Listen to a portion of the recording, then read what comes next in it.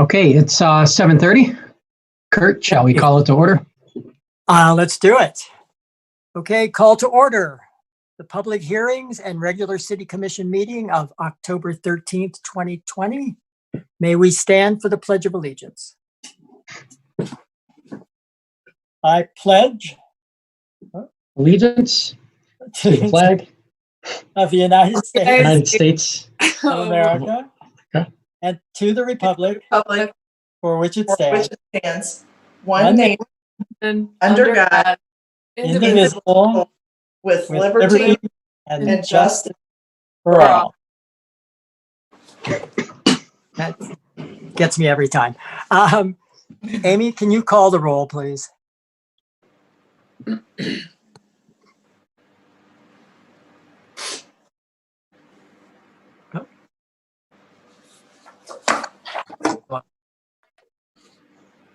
Amy? Yes. Can you hear me? Now Yes. Commissioner Budnick, Here. Commissioner Perry, here. Commissioner Scott, Here. Commissioner Wall, Here. Mayor Metzger. Here.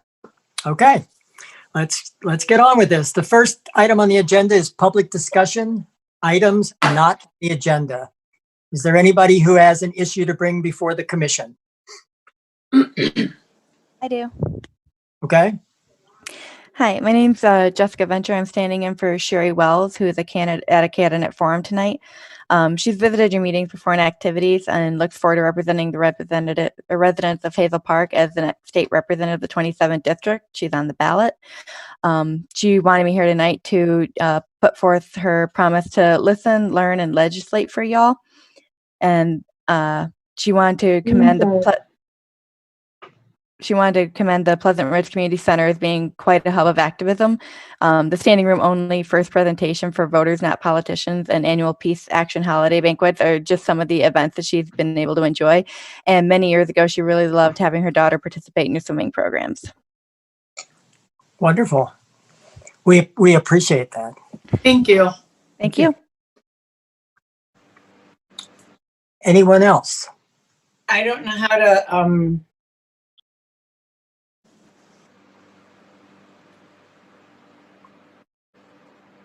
You're on mute, Lisa. Sorry, can you hear me now? Yes. Oh, I'm sorry. I was trying to raise my hand. Somehow I was reading that and I don't know how to raise my hand on this. Sorry. All right. Okay. I had anyways, I had two quick questions. Excuse me, can you give us your name and address, please? Oh, I'm sorry. Lisa Mueller. I'm at 37 Sylvan. Okay. I had one quick question about our water lines that enter into our home. I heard a rumor about Royal Oak replacing the lead water lines, and I know we have older neighborhoods also. I didn't know if that was something that Pleasant Ridge was considering. We have to consider it. We have no choice. Jim, can you give a little bit, very brief background? Sure. We know that, well, the state passed new lead and copper rules a couple of years ago. And the state has mandated that the city has to replace all lead service lines. Now, the lead service line is the line that goes from the water main under the street, and then it goes to your meter in the house. There's two parts to the service line. There's the public line that goes from the meter to the stop box, which is typically around the sidewalk. And then there's the private portion of the service line, which goes from the stop box at the sidewalk into the house to your meter. It's privately owned from the stop box to the meter. And so what the state has done is required that the city at public expense replace private lead service lines. So as you can imagine, this adds a lot of cost. And Pleasant Ridge, we are we're going to suffer. It's going to be a benefit at 20 years from now when this project is done. But there are very, very few cities or communities in the state that have a higher proportion of lead service lines than Pleasant Ridge does. You mentioned Royal Oak. I think between 3 and 5% of all of their service lines are lead in Royal Oak. Wow. In Pleasant Ridge, it's 65% of our service lines are lead. So yes, we will be replacing all of the lead service lines in the city over the coming 20 years. But as you can imagine, this is going to come at great cost. And if residents like to complain about water bills now, there's no magic wand to generate the funding to replace all of these service lines. The state said we have to do it, but are giving us $0 to actually do that. The state has made some grant money available, but Pleasant Ridge doesn't qualify for that. It's all targeted at low-income communities, so we won't qualify for any of the state assistance. So you'll be hearing a lot more about the lead service line process and how that's going to work in Pleasant Ridge. It's definitely something that we'll be working on and focusing on quite a bit in the coming years. So we'll be talking more about this as we get into budget and planning for next year, for the adoption of the budget next July or next June, rather. It takes effect July 1, 2021. We'll probably start rolling out some of this information in our plan for how we're going to get this done in the early months of 2021. So January, February, March. Interesting. Okay. All right. Thank you. And then, to tell you the truth, I did not read the agenda to know, because I spoke at the last meeting regarding the clarification of the dog ordinance. Yeah, we're gonna be talking about that later. Okay, then that's fine then. Okay, then I'll just listen in on that. Great, thank you. All right, thank you. Anyone else? Mayor, may I? Yes, sure. Hi, Jamie Powell Horowitz for 45th District Court. I've introduced Jamie. myself to you before, so I won't put you through it again. I just wanted to say that I'm really heartened by the return of absentee ballots. I was at a return the ballot event in Pleasant Ridge over the weekend. As of Saturday, I believe you were at 40%. I would love to know if you know what the stats are now. Do you know, Mayor? I'm going to turn that over to Amy for the latest. It's about that right now, I think. Okay, just give me 1 minute to log in so I can get that info. So while you're doing that, I did want to tell you I just left a forum with Justice McCormick, and I know that this is a progressive and welcoming community. We were talking about expanding specialty courts in the 45th District, reforming cash bail, all very positive things moving towards criminal justice reform. So I'm hoping that in the coming year we're going to be able to bring all of this reform to our community in the 45th, and I can't wait to hear about the ballots. So thank you very much. Okay, wonderful. so as of this afternoon, I checked in the ballots this afternoon. We are at 44% returned. Excellent. Wow. We are still issuing every day. So we're doing pretty well on our return rate. We're pretty happy with it. So and we've had over 1,300 requests for absentee ballots, right? Right. We're at 1350 right now. Wow, wonderful. And that doesn't include the overseas ballots. That's just the people that are in the country. Right. Oh, that's terrific. Well, hi, Quick hi, question. Jamie. Is everything going well, Jamie? As well as it can in a time of pandemic. We're going to make this big push to the end. Excellent. I'm sorry, did I speak over someone? Was there something? It was me, Kurt. Amy, how many registered voters do we have? Ish. Hold on. I think we're at 24 something, but hold on just a second. Okay. Different. And while just in my own way about looking at voting, and I've always felt when Amy gives you the number of registered voters, you're going to find that that's almost the number of people in the city of Detroit. It's city of Pleasant Ridge. So the state also has something called active voters as opposed to registered voters. And if you look at the numbers, which I've gotten from the state, our registered voters are about 11% more than our active voters. So that means that we've got a number of voters who are not here, but are still registered to vote here, or we're never going to see a vote from probably. So that's always why our numbers our actual turnout is always higher. Huntington Woods numbers are about 8%. They're registered voters over active voters. So it's an interesting concept that when we get into that final push with Nat Pernick and trying to get the money out of him, I'm going to argue for using active voters versus registered voters to get my 80% so we can get a $500 bonus to send over to Fern Care, but we shall see. Good So- idea. So our active voters are 2380, and then our registered voters are 2498. Okay. So of those registered voters, if they're not active, it's called a countdown clock, and they have so much time to become active in our community, or they're purged. If we receive some kind of information that they don't live there any longer, they do receive a notice. We send those out from this office that says, hey, do you still live here? Do you still wish to vote in Pleasant Ridge? Are you voting elsewhere? And then we can cancel them that way also. So it is, it is a little bit of a job to get the records cleaned up, Oh. but it does happen.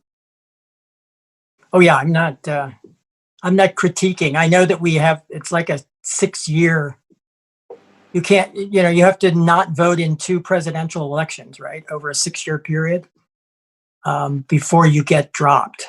So that, it's always that question. We don't want to go through voter purges the way some states have done, which means just knocking people off the lists and not letting them know and doing it for no particular reason at all.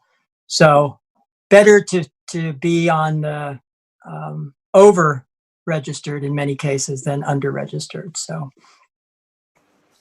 Thanks, Amy. Sure. thanks, Jamie and Amy. Anyone else? And good luck, Jamie.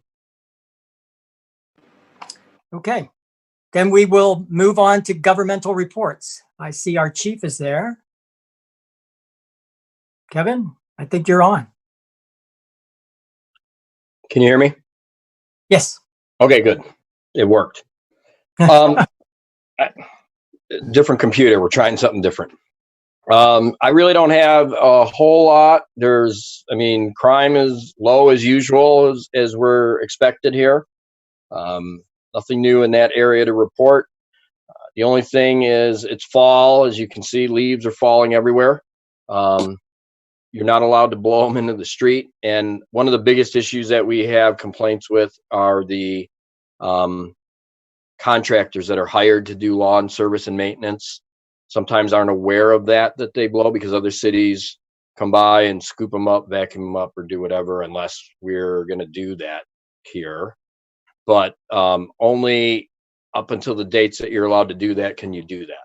So I don't know if there are dates picked or what the last date is. That info will probably be on the city website.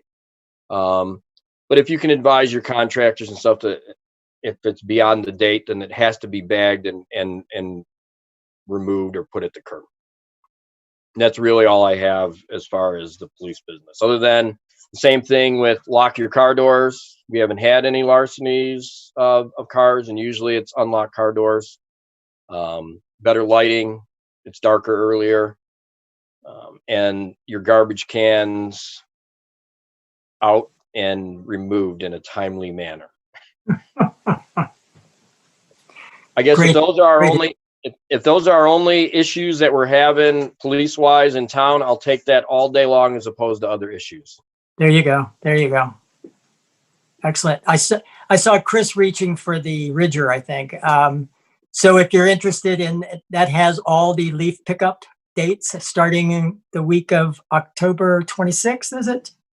On the east side in East Cambridge. And so if you go to the Ridger, all the dates are there, and when it starts and when we end, and directions as to when you can put them out and when you should keep them back, and when you should try to remove cars from the streets, if at all possible. Any questions for the chief? Since I wasn't sure, have any of the other junior commissions met, or is there anything from any of the commissioners on history, recreation, any of those that you'd want to mention? I have updates. Yeah, I have updates on rec. Okay. Okay, can I go? Yeah, please, rather than waiting for the end of the meeting, yeah. Okay, so kids, virtual bingo this Thursday at 6:30.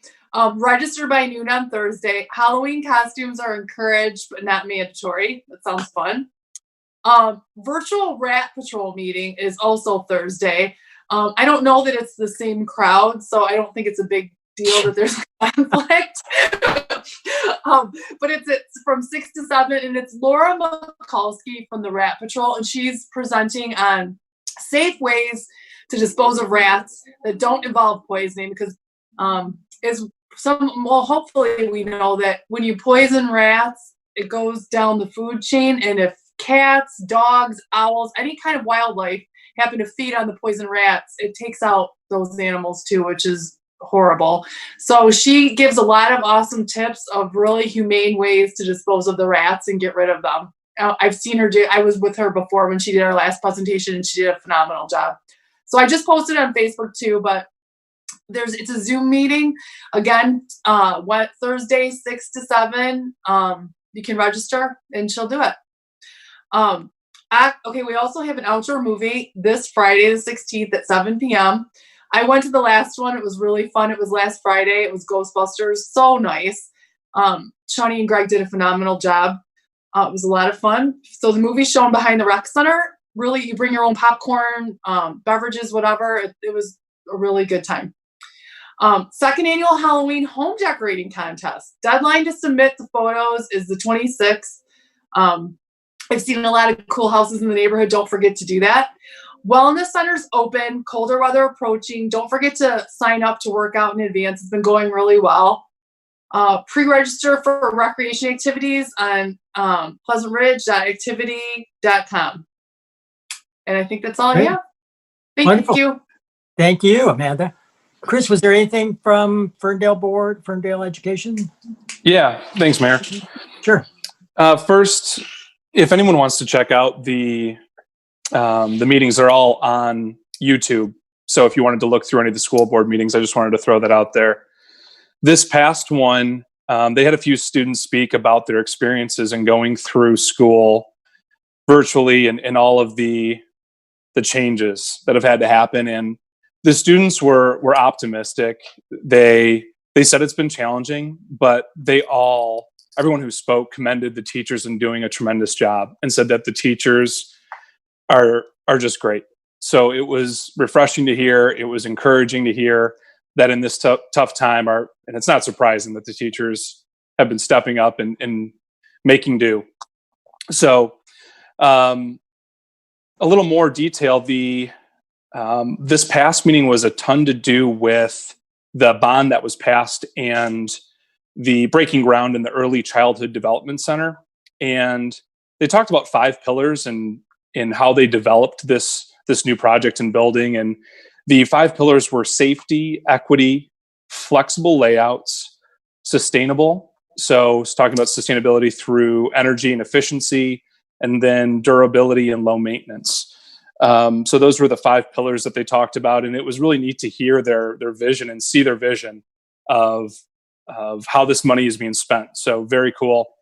And the new elementary building begins fall of 2021, which is exciting. And anybody with kids or up and coming kids in the Ferndale schools, I encourage you to check it out. It's some really exciting stuff that's going on.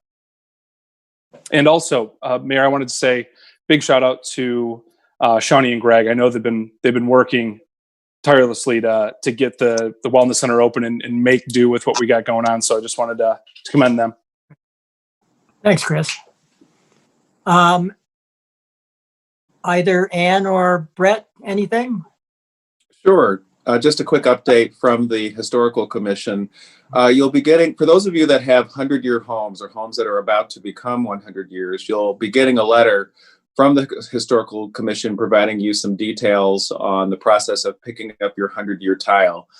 In past years, we have been able to make those tiles available for free to homeowners, but because the number of homes is starting to increase year by year that are hitting the 100-year mark, it's sort of a lovely thing about Pleasant Ridge. The homes are getting to that age. The owners will have a share of the cost in the tile. So you'll get a letter about that probably within the next month or so, and some time to decide whether you'd like to have one of the 100-year tiles. And think there are 20 some odd homes this year. And then, but by 2024, we're up to the hundreds of homes. So we're just starting to ramp in the new process. And I always suggest to people that if you're doing home improvements, the museum is open on a very limited basis. We are going in there, we're cleaning up filing and doing other things in our museum. But if there's something you'd like to know about your home, or if you've made improvements to your home that you'd like to drop into the file for your address, we'd be happy to take that information, because people have a lot of good details about their home, and then 30 or 40 years from now, someone else is living there, and they just like to know the history of the home, and it's nice to have some information there. So by all means, it'd be great to grab some of the information about your improvements. Right. And that's all I've got today. How about then and now? How's that doing? It is somewhere between then and now. Interestingly enough, we're intending to start the meetings back up again. Where we were at was just basically cleaning up the chapters and finding a bookmaker to put it together in book form. So I suspect that before Christmas, we'll probably have some progress to talk about. I'm so glad the article I wrote was not time sensitive. So there you go. That's the beauty of history. There you go. Thanks, Brad. And thank you, Commissioner Perry. Anything? Thanks, Mayor. No, the Planning Commission and DDA have not met since during the COVID period yet, but I'll keep you updated. Okay, wonderful. Thank you so much. Thanks. Right. We'll move on to the next item, which is consideration of the consent. What? Mr. Mayor, yeah, one quick thing. I just wanted to, two things real quick to add on to Ann's point. I think we will be holding a Planning Commission meeting in October on the fourth Monday. We're looking at some sign ordinance amendments that Greg sent over to me a long time ago, right at the beginning of COVID, and we've been sitting on those, so we're going to get those moving. The other thing is that a resident who joined the call, I think after public comment, or maybe tried to join while discussion was ongoing and I didn't see to let him in, has joined the meeting. And since he had contacted me beforehand, let me see if he wanted to, if it's okay with you, to see if he wanted to offer his comments. Okay. Howard, this is your chance if you want to talk. And you have to unmute yourself. All right. Can you hear me now? Yeah. Yeah. All right. I just wanted to, I wanted to join the meeting on Woodward Heights. We need to have your name and address, please. Howard Smith, 60 Woodward Heights Boulevard. Okay. Thank you. And I tried to get on to the Woodward Heights meeting and couldn't. And I had a difficult time getting on here tonight. But I made a video. And I think it is too long. I talked about it with James, and yeah, it's about 15 minutes, and I'm not going to bore everyone with it. If you want me to email it to anyone, I can email it to you. Basically, I just want to cover some of my thoughts on our street. I feel, I walk Pleasant Ridge and Ferndale all the time. I see you a lot, Mr. Mayor, there walking and whatnot. And I feel like of all the places I walk, Woodward Heights is the most unsafe street to walk on. I'd rather cross Woodward at Sylvan than walk down Woodward Heights. There's been 3 accidents on our street since I moved in here. I've lived in a lot of different places in this country in a lot of different areas, and never have lived in a residential area where there's even been an accident, let alone 3 major ones where an ambulance had to come take people away. The first being a bicycle at Bermuda in Woodward Heights right by my house. I saw that accident. I walked over there to talk to the police, tell them what I saw. They didn't want to talk to me, told me to go home, so I came home. The second one was I was out putting up Christmas lights, and a van went down the street like 70 miles an hour, hit a parked car, ricocheted off, broke a utility pole off, taken by ambulance. And just a week or 2 ago, a car rolled up by 22 or 24 Woodward Heights. This is a neighborhood street. Come on. The chief was just saying he was talking about garbage cans. And if he doesn't have that much to do, Woodward Heights is a problem area. It's got aggressive drivers. I've been passed on our street. I've backed out of my driveway and had cars come right up and ride my tailgate. I've had horns blown at me. It's just a lot of aggressiveness. It's not so much the speed as it is the aggressiveness. And the trucks that just barrel through here all day long. I see the police out here in the evening and on weekends, but where are they during the daytime when the trucks are coming ripping through? Their air brakes are loud, their diesel engines are loud. I have no objection with the stop sign backup, but the noise increase with the trucks. Why doesn't somebody go down to the Heights Food Market, ask Bashar to let his drivers know, hey, look, take the truck route, which is an issue I want to address too. The truck route sign is way up on a pole, kind of obscured. You don't really see it. It needs a better sign there that says truck route pointing down Gainsborough for the truck route. And if somebody went and talked to Bashar to let his drivers know, hey, look, take the truck route. Don't take Woodward Heights through the Pleasant Ridge because the neighbors are getting upset. We want to keep our customers happy and you don't want a ticket. So, things like that can be done. Another thing, why isn't there a no right turn sign for trucks on Woodward Avenue when there's a sign on Woodward Heights that says no trucks? The trucks see that after they've turned the corner. There should be a sign there that says no right turn for trucks. That's kind of the issues that I'm seeing. And, I live on the street. I see this stuff all the time. Mr. Mayor or any of the other ones there on the city council, how much time do you spend on Woodward Heights a week? Maybe 10 minutes, 15 minutes? I live here. This is my home. I see this all the time. I sit on the porch. I try and avoid driving on the street, Mr. Mayor. You've even seen me in my classics. I take Bermuda to Sylvan because I'd rather take Sylvan than Woodward Heights. Right. I don't like being on our street. It's the only street I've ever lived on in my life where I don't feel safe. I don't even feel safe out there mowing my lawn out by the curb. Cars sometimes come so close to me. If you notice, in front of my house, the stripe is completely worn off. Cars come way over. And I've almost been hit, I swear, a couple of times out there doing yard work. It just makes me really, really nervous about, the traffic. I just want to see more police presence. I mean, you go down Woodward Heights into Ferndale and you don't see the issues, or into Warren on Stevens. Everyone drives reasonable down there because the police patrol it regularly. And you can sit there and say, yeah, we can patrol it, but then they're going to pick up speed when they're done. Well, we have a community police department, and our community is what, a half a mile by 2 miles, maybe? Is that about what it is? A little less. Yeah. Okay. I grew up in the town of Romeo, quite a bit larger. Small police department there. They were able to keep everything under control in that community. Why can't our police department keep things under control here? Why do I always see them under 696 and on Woodward when they could spend that time on Woodward Heights? This is a problem street, a problem area. The police department's supposed to address things in problem areas. Am I correct or not? So if this is a problem area, they should be putting extra patrol on our street. That's what I feel. I mean, does that make sense? Do I make sense? You make sense. You make sense. We appreciate the comments. Okay. Like I said, I made a video and I talked to James about it. And yeah, I didn't want to put a 15-minute video on here. I didn't think that was right. If anyone wants it, contact me and I'll email it to them. It would certainly be, I would appreciate seeing it. Okay. And this, Yes, we have, to us. go ahead, please. Amanda? Oh, I said feel free to send it to us. I'd like to see it.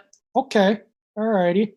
It's about Yeah, 17 minutes long. That's why, I didn't want to put it up on here that long. But I basically, I'm addressing it. But I show the sign for the truck route, which is, I'm walking up on it and you don't even notice it. And I drove a truck for 8 years. I drove a semi. I know the Michigan laws on trucking. Part of your job, it's part of the career of driving a truck, is taking the truck routes and not using an excuse. This is where my GPS took me. Well, I didn't have GPSs back then, but the truck routes are for trucks and you got to abide by them. That's part of doing the job, is going the mile or half mile out of your way to stay out of residential areas.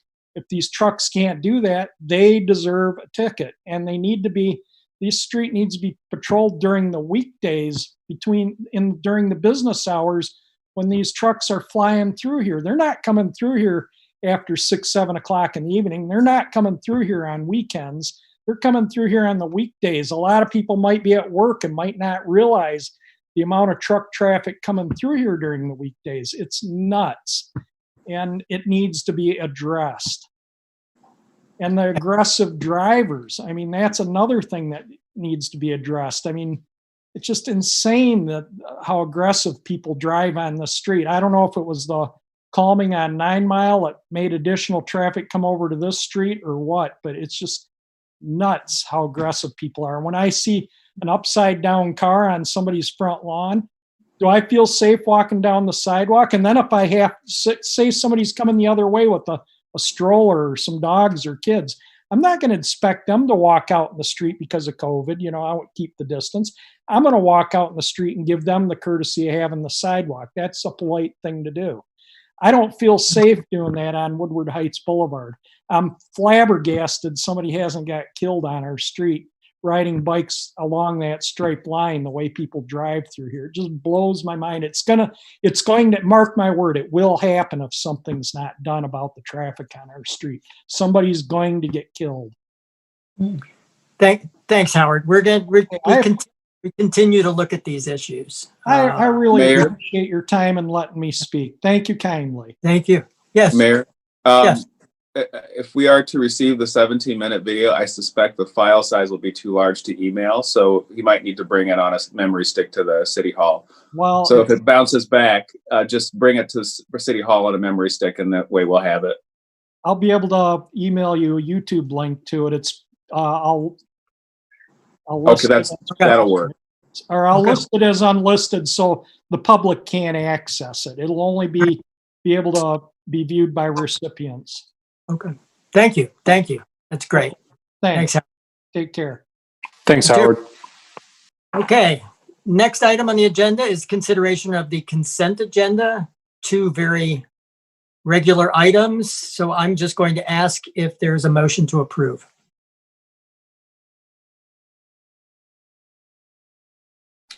Mayor, I move that the consent agenda be approved. Is there support? I second. Second. Amy, may we have a vote, please? Commissioner Scott, Yes. Commissioner Perry, Yes. Commissioner Budnick, Yes. Commissioner Wall, Yes. Mayor Metzger. Yes, motion carries. Okay, now we're going to move into a series of 3 public hearings. The first one is an ordinance to amend Chapter 14, Building and Building Regulations, Article 1, in general, by the addition of new sections, Section 14-3, portable toilets, Section 14-3, dumpster use regulations, and Section 14-4, construction materials regulations. Jim, could you give us a little bit of background before we open the public meeting? Sure. This deals with porta-johns and dumpsters. 2 items that we sometimes run into issues, particularly, and what the ordinance is really geared towards on construction sites, where you'll have a porta-john that sits right next to the sidewalk for months and months and months on end, and it's just not something that's nice to walk past. And dumpsters and other things tend to get stacked up in the front yard on these sites as well. Given that, these are typically long-term propositions at a construction site, this ordinance would require the contractor, the homeowner, whoever's in charge of the project to place these in the rear or side yard. Or if that's not feasible, then the administration, we can make a determination that it can go in the front yard, but they have to get prior approval on the location so that it's the least objectionable location on the site. That's really the upshot for it. I did get one question from a resident. Is this going to apply if they're, demoing a shed and they get a roll off or a dumpster on wheels for the weekend? No. If it's something that just shows up in a driveway for a homeowner to do, over the weekend, we're not going to be out there looking to make any issue out of that. This really is geared towards the ones that are staying there for some time. And I'd be happy to answer any questions or clarify anything in the ordinance for you. I had just one question on the dumpster. There was some mention about having it covered. And I guess if it's not covered, as long as it's clean around the edges, I wasn't quite sure. I've very seldom seen a dumpster covered, even when it's in a driveway for a period of time, and I just wasn't clear. It seemed as though there was kind of another comment that as long as it wasn't flowing over or things were out on the ground around it or anything like that, that was okay as well. So. Right. And that was really geared towards dumpsters that have lids. Okay. I guess that makes sense, right? Yeah. Yeah. Okay. All right. Not the big, when they roll in the dumpster for roofs and things like that. Okay. Right. Okay. All right. Then I'm going to take my little gavel and open the public hearing. Are there any public comments? Okay, I'm going to close the public hearing. And now I'm going to ask, is there a motion to adopt the ordinance change amendments? Your Honor, I move the ordinance to amend Chapter 14, Building and Building Regulations, Article 1, in general by the addition of new sections, Section 14-2, through portable toilets, Section 14-3, dumpster, use regulations, and Section 14-4, construction materials regulations be adopted. Is there support? Support. Any questions from commissioners? Okay, can we have a vote, Amy? Commissioner Perry, Yes. Commissioner Scott, Yes. Commissioner Budnick, Yes. Commissioner Wall, Yes. Mayor Metzger. Yes. The amendments are adopted. Now, the second public hearing is regarding an ordinance to amend Chapter 74, Utilities, Article 3, Sewers, Division 3, Use, Section 74-197, Prohibited Discharges. Sounds interesting. Jim? Yes. So this is an ordinance to address another issue which has cropped up, unfortunately, more than a couple times lately, where people are doing concrete work and they have dumped the concrete slurry into the street to wash out their equipment, to get rid of excess, and they try to push it into the sewers. And this can block up the sewer inlets and lead to problems with our already restricted sewers draining even slower or sometimes not at all. So this is the pretty standout case of the public good being impacted for private convenience. This establishes some specific penalties and puts specific provisions in our code of ordinances that say, hey, you can't do that. And so hopefully, we can deter people from doing this. And if they do, then we can go after the remedies necessary. Good. I was glad to see this. Okay. With that, I'm going to open the public hearing. Anybody have any comments regarding the ordinance amendments? I'm glad we're doing it too. Good. All right. With hearing none, I will close the public hearing, and I will ask if be a motion to Mayor? adopt. Yes. Oh, Just a quick question to Jim. The fine amount, is that we have a maximum that we can apply to these ordinances, is that right? And that's why is it $500? Right. It is $500. When we adopted the civil infraction ordinance, it's a stair step. So the first offense is 100, the second offense is, I believe, 200, the third offense is 500. So this establishes that you go straight to $500 for the offense. And then there's also language in there about any cost assessments, damages, expenses, and other sanctions for each infraction. So if we have to call Royal Oak out to clean out the sewer inlet because it's blocked up, to take other remedies to fix that infrastructure, we can pass those costs on. And if I've said anything out of line, Greg Need, please correct me. That's my understanding. Nope, absolutely correct. Great. Thanks, Jim and Greg. So do I have a motion to adopt the changes? Mayor, I move that the ordinance. Mayor, I move that the ordinance Oh. Go ahead, Amanda, you can do it.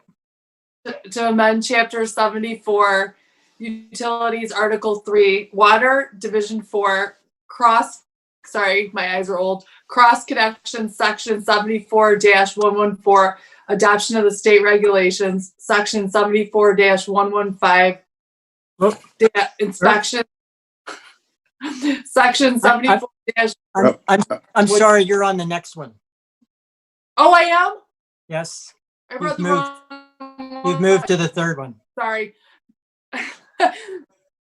Mayor, I move the ordinance to amend Chapter 74 Utilities, Article 3, Sewers, Division 3 U, Section 74 197 Prohibited Discharges be adopted. There you go. Second. Okay. Any further questions? All right, Amy, can we have a vote, please? Commissioner Wall, Yes. Commissioner Scott, Yes. Commissioner Budnick, Yes. Commissioner Perry, Yes. Mayor Metzger. Yes. Okay.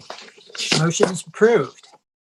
Finally, we go to the third public hearing, and this is regarding almost what Amanda almost finished it, but it's the ordinance to amend Chapter 74 Utilities, Article 2, Water, Division 4, Cross Connection, Section 74-114, Adoption of State Regulations, Section 74-115, Inspections, and Section 74-116, Testing. Jim, please. Yes, this ordinance is a little bit of housekeeping. It's amending an existing cross-connection ordinance that we had to reflect current state law and rules. Cross-connections refer to potential ways that you could backflow into the public water system. At commercial sites have been required to be inspected every few years by the state. We have a consultant, HydroCorp, who we use to do those inspections and oversee that program for us. The state recently changed the rules, and residential homes are now subject to cross connection, particularly ones that have irrigation systems. Irrigation systems are the main place where you could have a cross connection that could backflow into the public water system at a residential property. So this ordinance brings our current standards into compliance with the state rules and laws, and it's not much more than that. Happy to answer any questions. I would ask about cross connections. I start trying to figure that out, but I'm not going to do that. I'll ask you some other time. I wasn't quite sure with the backflows and the cross connections. And anyway, are there any questions for Jim before I open the public meeting? Okay. With that, I will open the public hearing. Anyone in the public have any comments regarding this change? Okay, with that, hearing none, I will close the public hearing and ask if there is a motion to adopt the changes. Your Honor, I Yes. move that resolution regarding the city's participation in the Clinton River, excuse me, that was my turn to make the wrong one.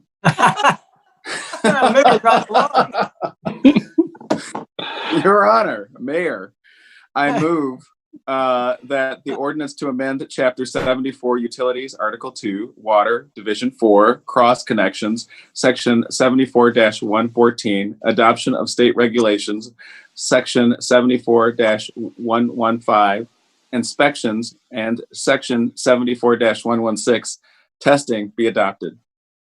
Is there Second. support? All right. Any further discussion? Can we have a vote, please, Amy? Commissioner Scott, Yes. Commissioner Budnick, Yes. Commissioner Perry, Yes. Commissioner Wall, Yes. Mayor Metzger.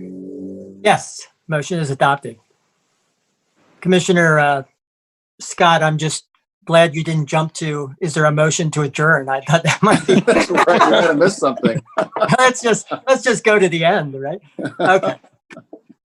Motion is adopted. The next item on the agenda is the Clinton River Watershed Council Water Towns Grant. Jim, will you give us a little background and then introduce our guest? Yes, happy to.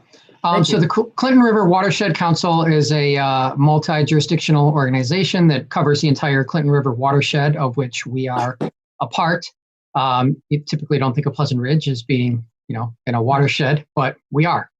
And so as members of the Clinton River Watershed Council, we are eligible for some of their programs. And one of the programs that they offer is the Water Towns Initiative.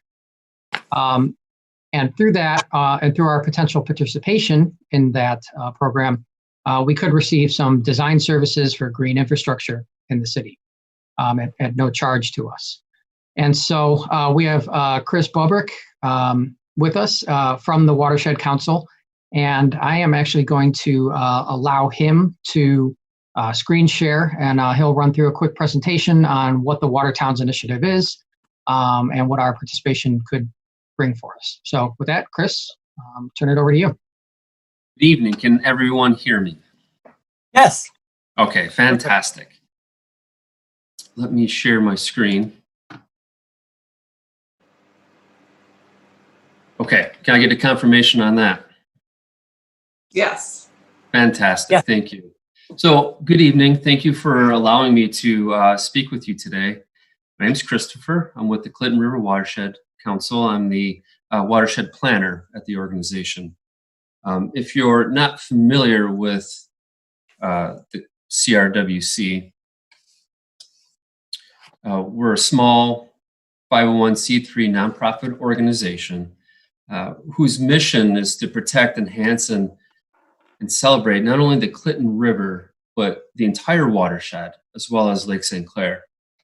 So if you can imagine, we have a lot of ground to cover. It's a very large watershed, a lot of about 74 communities within that we try to serve.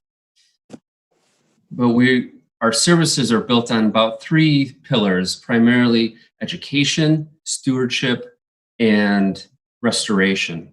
And there's one program that we have, and one I'm going to speak to you today about, that transcends all 3 of those mission statements, and that's Water Towns.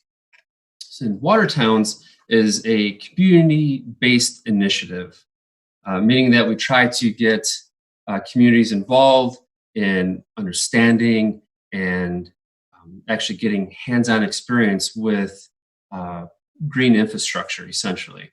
But this initiative leverages certain assets of our natural resources, and specifically we focus on water resources to help build socioeconomic and environmental protection.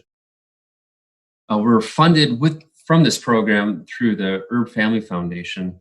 To date, as you can see in this map, we have about 24 communities.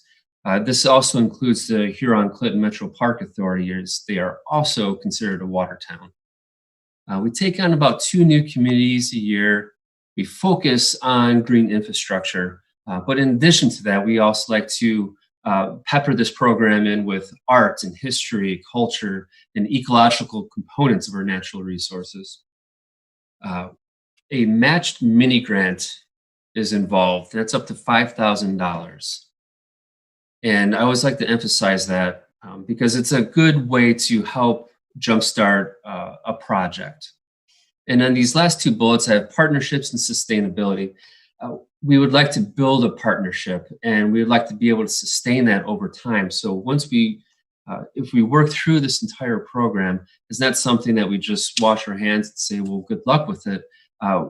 The Watershed Council is here to help you through anything associated with your natural resources or water resources specifically, whether it's education, stewardship, or some type of restoration project. So this is a project outline where we have introductory meetings. We kind of get a feel with who's going to be involved in some of the decisions. We try to figure out what it is that you're going to value. What is your mission as a community surrounding stormwater protection. And why we're here tonight is to gain this resolution. And this just helps us ensure that you're involved and we're all on the same page of how this process would move forward. And after a resolution is reached, we then take some time to gather some information. We have a contractor on board, it's Drummond Carpenter. Dr. Carpenter has lived within the Southeast Michigan area, and so he's really deeply involved. He has a personal connection to all these communities, and in this Water Towns program, all 24 communities that we've worked with, he's been instrumental in getting all these renderings and working with each communities to really figure out and focus some of our renderings to each community's specific needs. So we all get together in a room or via Zoom and try to figure out and iron out those details. Once he has a good working idea of how to proceed, he and his team will go out and take photos and take some samples and some surveys and start gathering information to actually create these graphic renderings. We'll have a few meetings in between to make sure we're on the right track. The ultimate product would be a final presentation to the council again of what we found. And I'm just going to move over to the important notes. We like to have a resolution renewal about every 5 years, just to make sure that we're on top of things, kind of go over what we've done and where we can go in the future. That mini grant stipulation, we'd like to see you, we really want you to use it. So we specify 2 growing seasons that you would be able to apply that $5,000 mini grant to a project. But if we have a plan for it, if you want to use it to leverage as some match on another grant, that would be fantastic as well. If you want to use it other than green infrastructure implementation, we can also certainly plan that. So there's a lot of pliability within that stipulation or that mini grant. And again, it's not just for green infrastructure. There's other elements of water resources that we would like to extend to the community. Kind of looking at the background, looking at trying to understand what water resources really means to a community. And then promoting access and understanding of those resources. Many people don't understand that they live within a watershed, let alone the Clinton River watershed, especially when you can't see a river proper. So now I'm just going to roll through a few of the examples. And I also like to mention that the main deliverable out of this are going to be a group of renderings, graphic renderings. We'll go out and take a photo like this. This is in Madison Heights. And we'll develop a rendering to help illustrate something that could be done. You don't have to do it this way, but this just gives you an idea of what we can do at specific locations. So in addition to these graphic renderings, we have some quantitative information. We have a reduction of stormwater runoff. So this garden itself and these pervious pavers are going to store almost half of that runoff in that area. You'll also receive a price estimate, and that can be that price is dictated based on some model based on construction costs, volunteer efforts, which Clinton River Watershed Council can also assist with. Just another example from Madison Heights, a parking lot. We like to focus our projects on a theme, whether it's public parks or whether it's a municipal campus or it's parking lots, public parking lots that are at the end of their lives that you can implement some of these green infrastructure elements. So at a loss of, if I go back one, we have this odd parking stall in there that is by a sidewalk. With the loss of 2 parking spots, you could have this wonderful garden that would retain over half of that stormwater runoff from that parking lot, and with that price as well. Huntington Woods. This is Dr. Carpenter with the city manager, kind of looking at what they can really do at this site. This was the rendering that they did with those price estimates. We ended up implementing this. This is what resulted. We built this garden for about $1,000. The community is reimbursed $1,000 through that mini grant, and the remaining funds are used for a 3 or 4 year maintenance plan to upkeep and ensure that this garden works properly while it gets established over about 3 years. This is Clinton Township. This is the end product. They did a complete redesign of their parking lot. This is the final product. And these are some of the renderings. We have some boulevards that they wanted to address, and these were some of the renderings that they provided. This is that one of the boulevards. So this was the idea of what we could have done. Clinton Township said, okay, well, we like this, but we want to do it a little bit different. So this is the final product that they came up.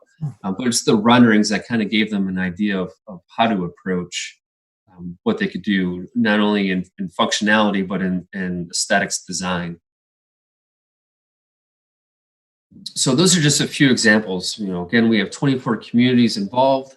In fact, if we look at the right side pictures, this is the village of the city of the village of Clarkston, where they had a new bridge, pedestrian bridge installed. And so they had some native plantings, and they also had a restoration, a riverbank restoration along the mill race within Clarkston. So that really covered the restoration mission that we tried to encompass. But just some final notes that it's not only just about green infrastructure, but there are various elements that can be fit in within that one theme. Every rain garden, I believe, or bioswale deserves a good piece of art. So art, culture, what does it really mean? What does water really mean to a community? We can explore those either through public presentations, volunteer events, or workshops.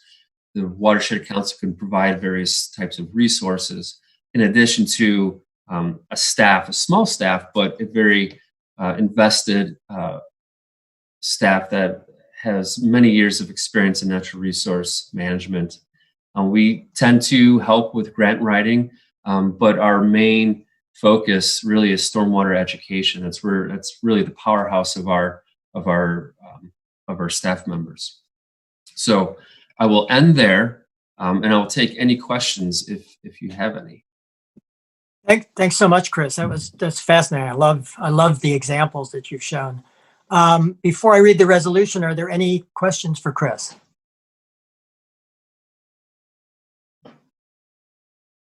No? No questions? No comments? Well, let me read the resolution then, please. The resolution declaring Pleasant Ridge's participation in the Water Towns Initiative. Whereas Water Towns is a water-oriented community development initiative designed to assist towns and cities within the Clinton River watershed to leverage the assets of the Clinton River and Lake St. Clair and to protect and improve water quality. Whereas the Water Towns Initiative is managed by the Clinton River Watershed Council, an organization dedicated to protecting, enhancing, and celebrating the Clinton River, its watershed, and Lake St. Clair. Whereas Pleasant Ridge recognizes the recreational and economic potential of our regional water resources. Whereas Pleasant Ridge desires to incorporate environmental best managed practices as an integral part in community planning and development. Whereas Pleasant Ridge is located within the Clinton River watershed and is a member of the Clinton River Watershed Council. Whereas there is no financial commitment required to participate in the Water Towns Initiative, always good to hear. Whereas Pleasant Ridge desires to collaborate with the Clinton River Watershed Council to develop and implement a local water town strategy. Now, therefore, be it resolved that the Pleasant Ridge Mayor and Council declare Pleasant Ridge a participant in the Water Towns Initiative. And I will ask if there is a motion to approve the resolution, to adopt the resolution, I'm sorry. Your Honor, I move the resolution regarding the city's participation in the Clinton River Watershed Council Water Towns Grant Initiative be adopted. Is there, Second. okay. Is there any further questions that have come to mind? No, Chris, it really is beautiful. It's a great project. Thank you. Yeah, you bet. I Thank you. agree. Thanks so much for coming on. Yep, I look forward to working. Well, and we've been making strides on our green infrastructure, so this is just the perfect timing as well. Mm-hmm. So I'm going to ask for a vote, please. Commissioner Budnick, Yes. Commissioner Scott, Yes. Commissioner Perry, Yes. Commissioner Wall, Yes. Mayor Metzger. Yes, the resolution is adopted. Thanks again, Chris. We look forward to working with you. Yeah, absolutely. Thank you very much. Thank you. Thank you. Yeah. Okay, the next item on the agenda is water meter replacement program. Jim. Yes. So we spoke earlier in the meeting about lead service line replacement. And this, in a way, is our first step towards starting that process. Water meters are a wear item. They require replacing at periodic intervals. And we are at that interval now. I'm going to share my screen over to the presentation. Okay, so in the city of Pleasant Ridge, we have 1,166 water meters, and each water meter has a transponder head that sits on top of the meter. As property uses water, the meter collects that information, and then the transponder head is what transmits that to us so that we can read what that water usage is and prepare our utility bills. So our meters were last replaced 25 to 30 years ago. And they have about a 20-year lifespan. So we're beyond the lifespan of those meters. About 15 years ago, our transponder heads were replaced. And those have anywhere from a 15 to 20-year lifespan.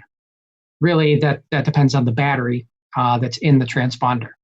So we're now at a point where we need to replace both the meters and the transponders. And while we're doing that, we're also going to do a service line material analysis. When we have to get into every house and every address in the city to change the water meter, the contractor will also take note of what that service line material is coming into the house, going to the meter. And that gives us one more data point on where we have lead in the community that we need to change. One thing to be aware of, if you've been following along with Ferndale's Odyssey right now, water meters slow down over time. That's just as the internal mechanics of the meter start to age, corrode, the meters register less usage than is actually going through the meter. So what happens when we have a project like this, and I just want to put this right out there up front, because we're going to have to repeat this a lot, I think, is that some residents may see some increased water bills. And that's not because of anything wrong with the new meters, it's because there was something wrong with their old meter. That they were being underbilled for a long time. In Ferndale, they've got a much bigger issue because a lot of their meters actually just stopped transmitting altogether. And they weren't getting reads from a number of them, and it was a much more critical issue for them.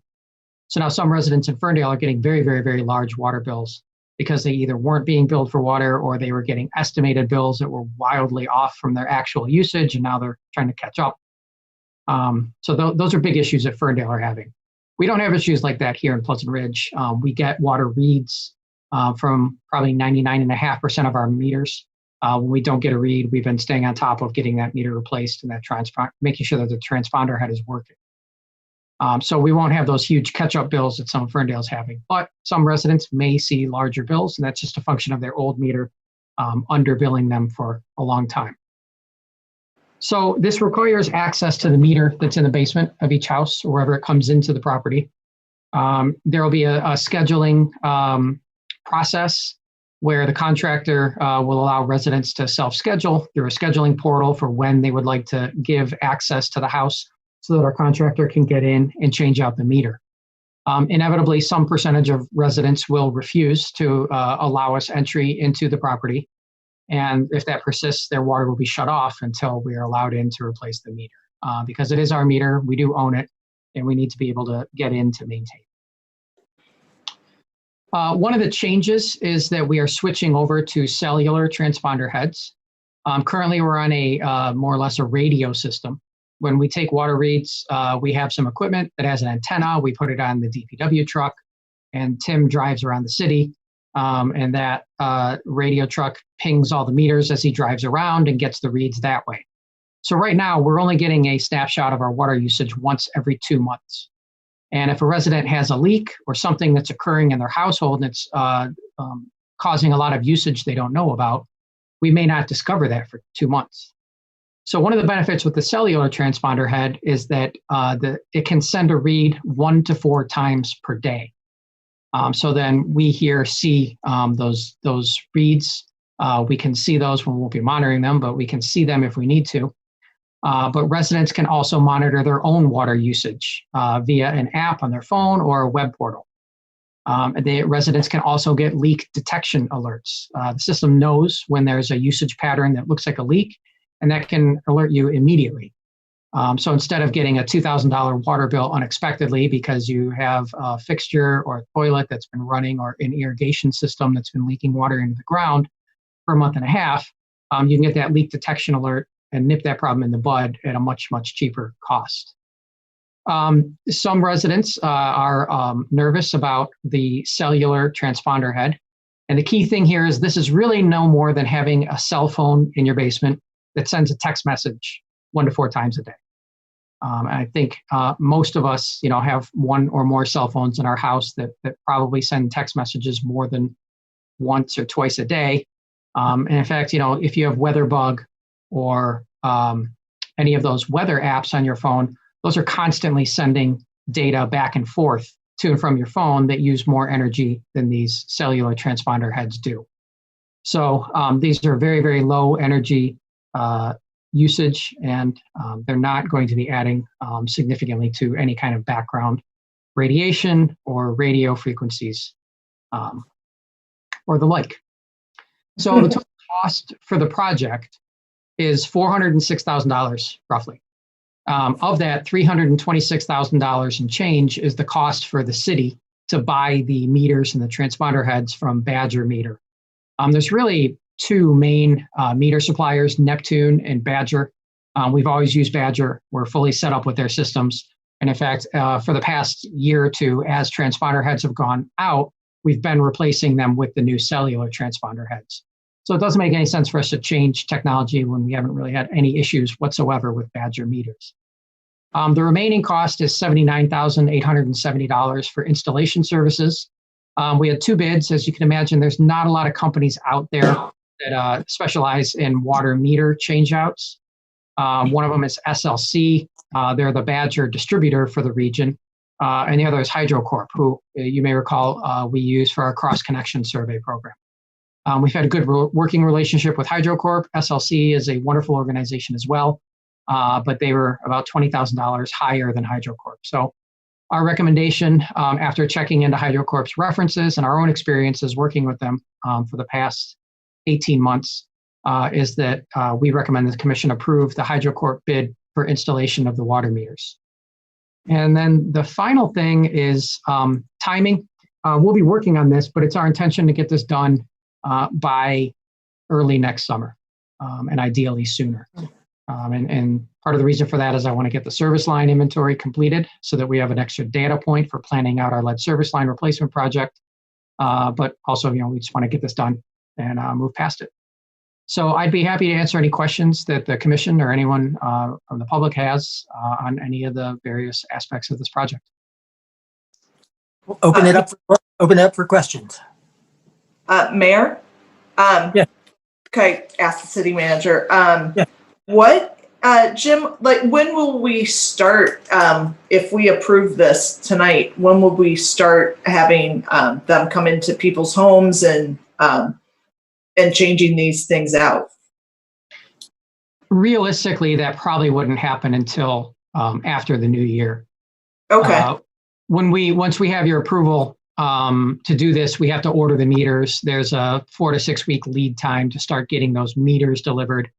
And then we have to, work with the contractor's availability to get their scheduling up. They have to work this and notice to residents to get resident appointments scheduled. So, it'll take a little bit of time to spool this up.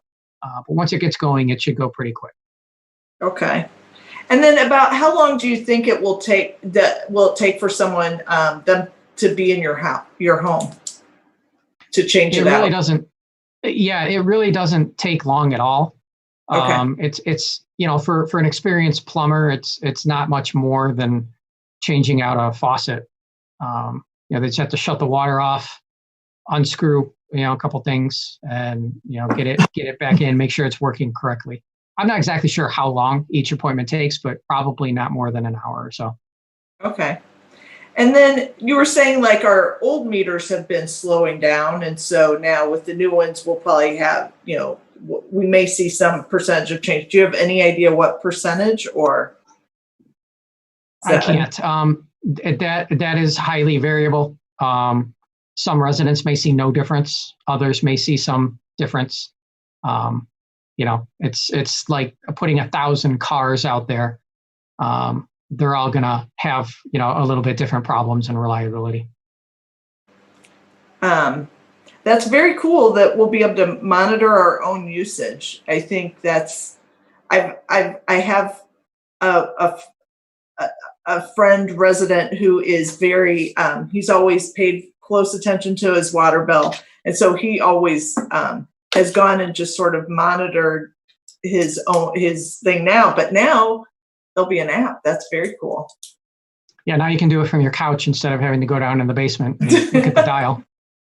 That's very cool. Cool. Thank you. Mayor, Yes. just a question to our city manager. Yes. Please. Jim, just a quick one. Is there any budgetary item that we might have on the change in technology in reading the meter? Has our cost as a city gone up because we've moved to LTE, or is it roughly the same as what we're paying now? It's budgeted for. There is a monthly service charge that Badger charges for the cloud service. It's pennies per meter. So it's not a huge cost every year. And so that's all been planned for and worked out in the budget.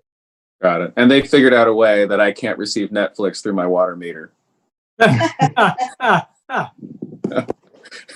Oh, darn. It only sends. It does not It receive. only sends. Okay, good. Thank you. Oh, I bet you can figure it out, Brett. Maybe. That was the other question I had. I'm sorry, Mayor. Can I ask Jim another question? You can ask all the questions. Sure. Is this already been budgeted for, the full scope of it? Yes. Okay. Thank you. Any other questions? Yes. Can I ask one? Well, Jim offered it to public as well as commission. So yes, Howard. Are you going to allow a second meter for sprinkler systems in the future, perhaps? So you don't have to pay a sewer fee on top of the water that the sprinkler system uses?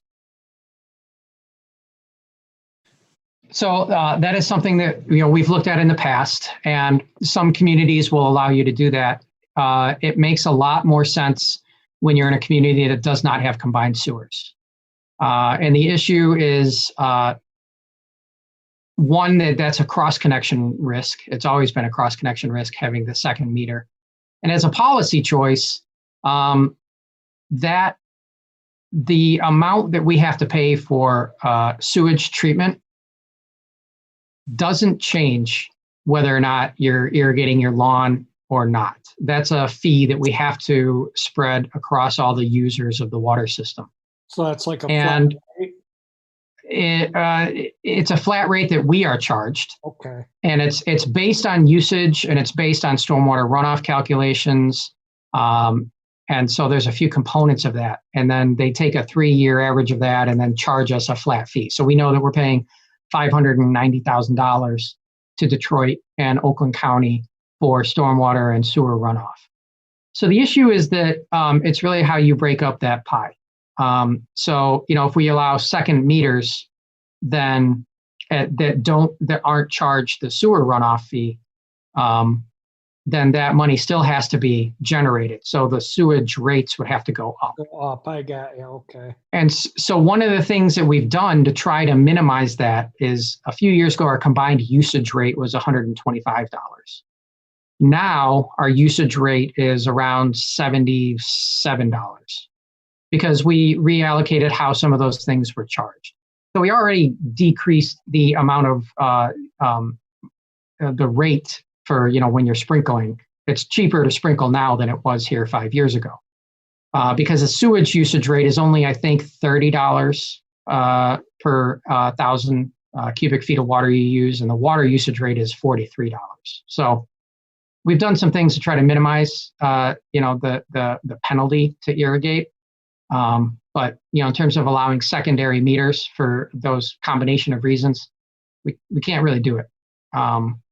And if we weren't in a place where every drop of water and every stormwater ran into a combined sewer system and any kind of clean water runoff got mixed with the sanitary runoff and we had to treat it anyways, it'd be a different story. If you're in Sterling Heights or, the north part of Troy or Rochester Hills, it's a lot different calculus from the rate setting perspective than it is here where we've got the combined sewers. Okay. One other thing too, I do have a lead pipe coming into the house. And if you're going to replace the meter, I really don't want somebody in the house unless this COVID issue is over. I've been isolating here for 6 months. Nobody's been in my house since March, actually since February. And I want to try and keep it that way until this COVID is contained. Is that possible? Or if it's still, rampant in the spring, can they postpone doing something like that so I don't have to let a total stranger in my house?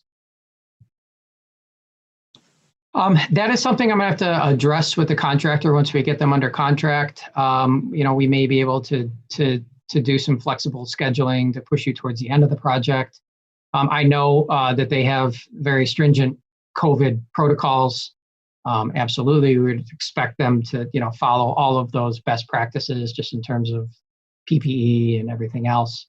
But the answer right now is I'm not sure. Okay. Thank you.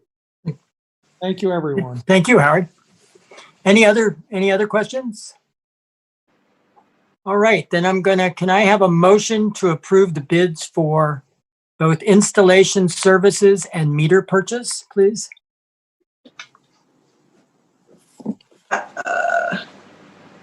Your Honor, I move the bid for the water meter replacement and other associated services as described in their proposal be awarded to HydroCorp of Troy, Michigan, in the amount of $79,870, and that the City Commission authorize the purchase of water meters and transponders from Badger Meter. Sorry, it's dark in here, of Milwaukee, Wisconsin, in the amount of $326,141,055, or $141,155. Something like that. There was support there? Okay. If there are no further questions, may we have a vote, please? Commissioner Perry? Yes. Commissioner Wall? Yes. Commissioner Budnick? Yes. Commissioner Scott? Yes. Mayor Metzger? Yes. The bids are accepted. Go forth. Thank you. The next item on the agenda is the barking dog ordinance discussion. Just a little bit of background as anybody who was with us last month. We talked about the issue of the barking dog ordinance we have, and some of the one of our residents who Lisa spoke earlier has had some issues with the neighbor calling the police on her dog. So we wanted to explore. We asked Greg Need to look at other cities to see what other kinds of ordinances are out there, to see if our ordinance is really what we should continue was good enough? Is it, in relation to others, was there anything that we might pick up from others that we might want to incorporate? I don't want to give away the plot, but I can tell you that Greg's work shows us that the ordinance we have really doesn't, to my reading, doesn't appear to need any changes, and is pretty much reflective of what you see. The verbiage may be a little bit different, but basically the same, somewhat vague restrictions, somewhat vague descriptions. And so let me turn it over to Greg, but thank him for the research that he's done. Sure. Thank you, Mayor. I summarized my findings in the memo. I did take a look at 10 other ordinances from Oakland County, including our neighbors, Huntington Woods, Hazel Park, Madison Heights, as well as Northville, Plymouth, Rochester, a few comparable type communities. And all of these communities have the same kind of ordinance that we do. It is subjective. It does leave some room for interpretation, but I think in these communities, as in Pleasant Ridge, we leave it to the police department and the city prosecutor to make that determination. We could certainly, if the commission wishes, come back with some additional language, but I would repeat a couple of observations. One, this kind of language has been upheld nationwide in numerous other cases against a tax that it's too subjective, that it leaves too much to the discretion of the officers and the prosecutors. My fear is if you attempt to come up with something that is more precise, you run the risk of having it attacked as arbitrary, and you could come up with some loopholes. You can come up with hours or days or whatever to try to limit the effect of the ordinance, but then you run the risk of creating loopholes that offensive conduct could come through. With that, I'll certainly answer any questions. And my only other comment would be if the commission does want some additional ordinance language, I'd appreciate a little direction as to what you'd be looking for. But my conclusion is what we have is workable and it's consistent with what I found in several other comparable communities. I'll ask for other comments, but I agree with you, Greg. I think that after reading all the ordinances and what you put together, I don't see the need for any further research or changes, but I will leave that up to other commissioners. Comments? Yeah, I would agree. Having read through them, I actually think that our wording is even a little more detailed than some of the others. So I don't think it is as vague as some of the examples you listed, Greg. So I think it's good where it is. Anyone else want to comment? Mayor, I agree. It's probably fine the way it is at this moment, and I'm not sure if the resident that raised the concern is still available, but we could check with her as well. Yes, I am still available. Hi, Lisa. Hi, I can turn on my video. Oh, here I am. Yeah.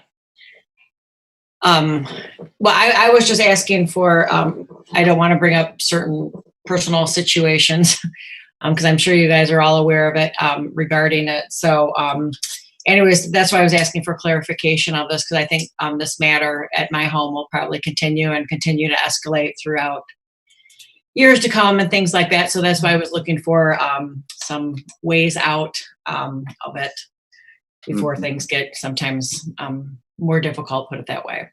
Anyways, can you maybe consider putting if your dog is inside the home or outside of the home? I understand if you leave a dog barking all night or something, I could, that would be problematic. But if your dog is kept inside the house, maybe just consideration of that matter. I think it's going to be a waste when weather is better now and windows are open and things like that. That'll be maybe more problematic again or starting all over. I don't know. Lisa, did you have a chance to look at the packet, the material? You know what? I myself looked at most every single city around here. Okay. You So knew I would. You did your own research. Of course I did, if you know me. And they're all written apparently almost by the same person with the exact same wording. It's like we all copied them from the same person. Yeah. So I'm just asking maybe Pleasant Ridge kind of be original and, step forth and, just not waste police resources so much because it could be continue to be worse. Well, I think, and Greg can comment, I think what Greg was bringing up is when you start getting specific, you start talking indoor versus outdoor, or you talk about daytime versus nighttime, or you talk about various, then you leave yourself open to, well, what about, so after 7 o'clock, it starts barking and it's not in the, then you start it becomes a conversation about loopholes rather than about the ordinance. Right. And you're bound to get into trouble. Somebody will find the loophole. Somebody will find a way around that.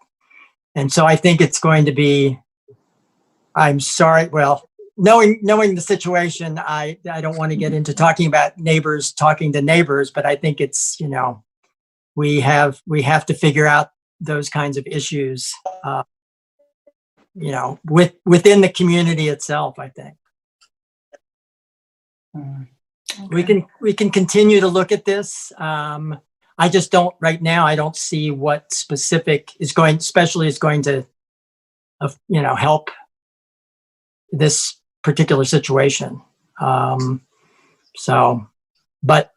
with this is not an end all and be all. We can come back and see how this goes forward. Okay. I'm sorry.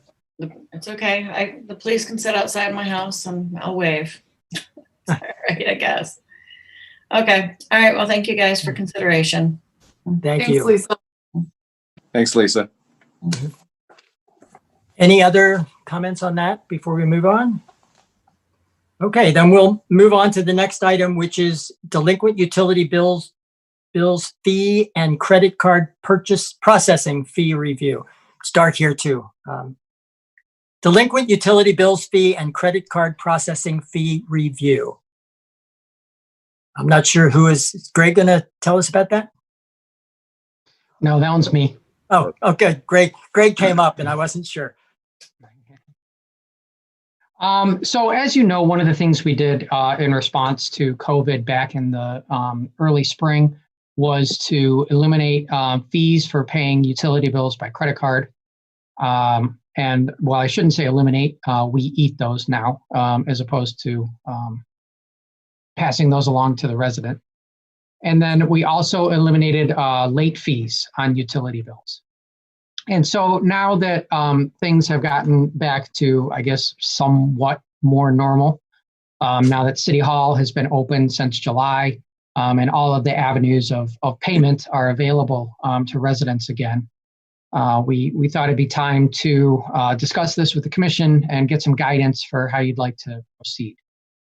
In the packet, we have some information about the dollar amount of transactions paid by credit card going back 2 years, and also the number of transactions. And basically, we averaged around 105 transactions every billing period that were paid by credit card on utility bills, and there's about 1,150 or 60 customers in the water system. So, maybe 8% of customers pay by credit card, and about $22,000 a month was the average, or per billing period was the average amount of bills that was paid by credit card. Once COVID hit, that did spike. So for the billing period in March, April, it was about $45,200 of bills paid by 225 customers. For the May, June billing period, it was almost $60,000 paid by 250 customers. That since trended back down. City Hall opened up in July, and so those numbers are declining and going back towards the long-term average. So far, the city has absorbed about $3,500 in credit card charges. So that wasn't budgeted for. The water fund is absorbing that right now. It's not a huge number, but it's there. In terms of late fees, we also stopped calculating late fees and sending out late notices for any utility bills. Unpaid bills are accumulating on the account, but they are not accumulating late charges. And so, if a resident has been unable to pay, they haven't been penalized. Although those utility bills won't go away over time, they just won't be accruing interest. We don't have data readily available on the total value of late fees because we haven't been calculating it. But in recent years, the average value of utility bill penalties has been about $19,000 a year, or $3,200, give or take, per 2-month billing cycle. So that gives you some idea of what the historical average is in terms of what the city is, I guess, absorbing, since we had budgeted for these as the long-term pattern. But again, we recognize that this is a unique time. And we just wanted the commission's guidance for when and if we should be looking at reinstating credit card fees and late fees. And, just for, I guess, discussion purposes, we could do it now. We could look at, starting that again in January, or even next June or July with the start of the new budget year. Anything is possible. It's up to us what we want to do with this. So we just wanted to get your thoughts and inputs as we go forward on it. Thanks, Jim. We're going to be handling the delinquent utility bill fee and the credit card processing fees as separate items. But before we do, are there any questions for Jim? Mayor, a question to Jim. Do we know if our the number of delinquent and non-paid utility bills is up now, or is it about where it would normally be? I don't actually have that data, and I don't know if we can probably get that. Okay. But I don't know right now. I'd be interested in that as well. Jim, with the amounts paid on credit cards, did that go up with the water bills and stuff like that, or what all is paid on the credit card? Are you talking about fees for activities, or just, which there really haven't been many or any, but is it mostly just utility bills? Oh no, everything can be paid by credit card. Some people pay their tax bill by credit card. Oh, okay. Go ahead. Sorry. So we only waived the fees for utility bills. Okay. So all the other items are as they were. Okay. So with the utility bills, has a larger quantity of utility bills, have they been being paid on credit cards during this COVID? They have. The chart is in your packet. And you can see where the dollar value and the number of transactions did spike. Oh, right. But it is again returning back towards the long-term average now. But we still as far as utility bills, we have Dropbox, we have open offices, right? We have all there are really very few limitations anymore. Maybe the hours are somewhat shorter, but you have that Dropbox available to you, no matter what. So as far as you can put it in the. Go ahead. Sorry. I'm sorry. I thought you were finished. Yeah, but you are correct. You can put it in the mail. There's a lot of ways you can get it to us. Really, in the spring when we didn't know what we were dealing with and everything was shut down. We wanted people to pay by credit card and to just stay at home. Right. So I guess.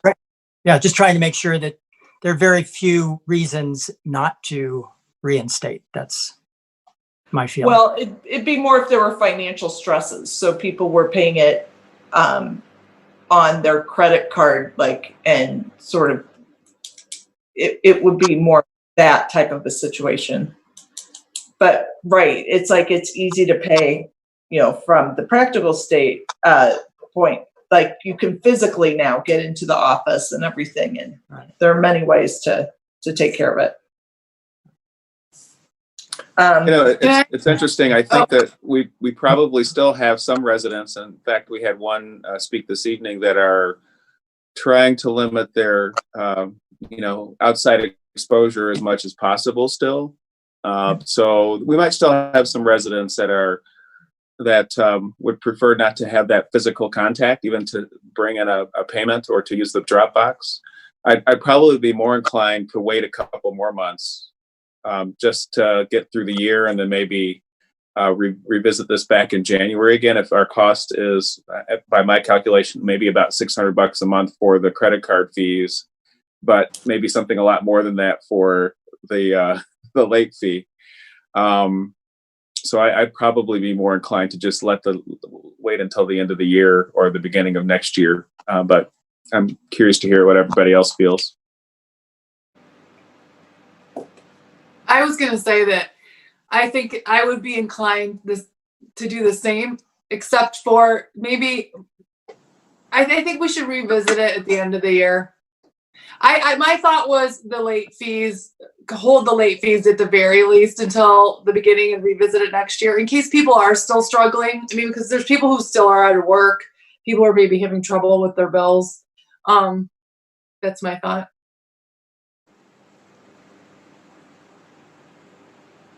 Any other thoughts before I ask for motions? Yeah, Mayor, I kind of, to second what Amanda's saying, I think that maybe putting it off and even starting fresh next year might just give us a little bit of a buffer, a little bit of time just to get things in order, and give people a little bit of a chance to catch up and get things in order. So I'm of the opinion that I think pushing it back to at least next year would be good. Okay, well, then the first item is the delinquent utility bill fee, and we have two options as far as a motion, either to reinstate the fees now or to continue to waive fees. And it sounds as though the commission is leaning toward the continuation to waive fees. So I'm going to ask for a motion on the delinquent utility bill fee. Mayor, I move that the fees charged to delinquent utility bills continue to be waived until the item is reconsidered in the future. Second. Okay. Any discussion? Let's have a vote, please. Commissioner Perry, Yes. Commissioner Wall, Yes. Commissioner Budnick, Yes. Commissioner Scott, Yes. Mayor Metzger. Yes. Okay, that motion carries. The second item, again, with the same options as far as reinstate and continue to waive fees, is the credit card processing fee. So may I have a motion? Mayor, I move the fees charged in relation to credit card continue to be waived until the item is reconsidered in the future. Support? Second. Okay. Can we have a vote, please?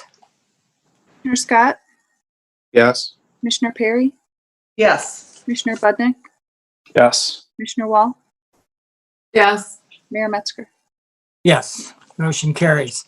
So may I ask, Commissioner Scott, would you recommend that we bring that back on the January agenda? Yes. Do you need a motion for that, or No, I'm just curious. that would be my recommendation. Rather than December or something like that, let's wait till the first meeting. Okay. Is that okay with everyone? I know that we're not making a motion or anything, so. Yes. Okay, thank you. The next item is the city manager's report. Thank you. I have a couple things. Let me screen share again here.